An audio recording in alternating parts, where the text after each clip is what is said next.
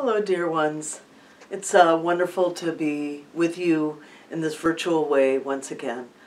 And it is a partly cloudy, wonderful spring day. I think all of us have favorite seasons, and I know for many Minnesotans, winter is by far people's favorite time of year. They love to ski, they love to play hockey, but for me, the favorite season is spring, and it always has been. I've always loved spring. I love when the flowers come up. I love watching the bulbs spring up from the dirt. And this time of year when I was a little girl was always very busy in my household because we were all busy making May baskets. And on the eve of April 30th, we would build these May baskets out of flowers from our various gardens around my yard, and then we would secretly deliver them to homes of our neighbors. And of course, you never let one of your neighbors know that you were going to do this or who you were, but then they would wake up on May Day to a basket full of flowers. And it was a wonderful practice, and I don't understand why it has gone out of fashion. I remember as a little girl always celebrating May Day at school. We would have a big maypole, and the various classes would come out and dance around the maypole.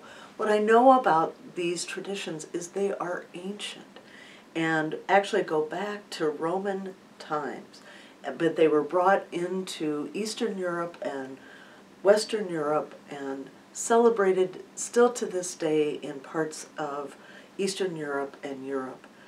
It's a time when we acknowledge that change from winter into spring.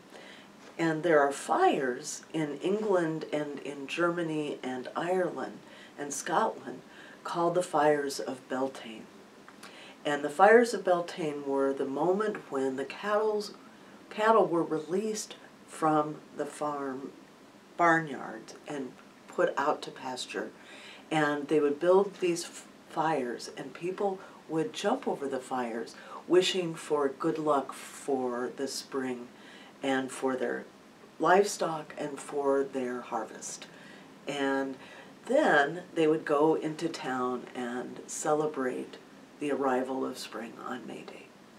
And I just would like to reintroduce this practice to you so that on April 30th, if you have flowers in your garden, think about making them into a basket and delivering them to one of your neighbors so that this can be one of your practices of celebrating this wonderful, beautiful spring that's arriving into each of our homes. Thank you. It's wonderful to be with you.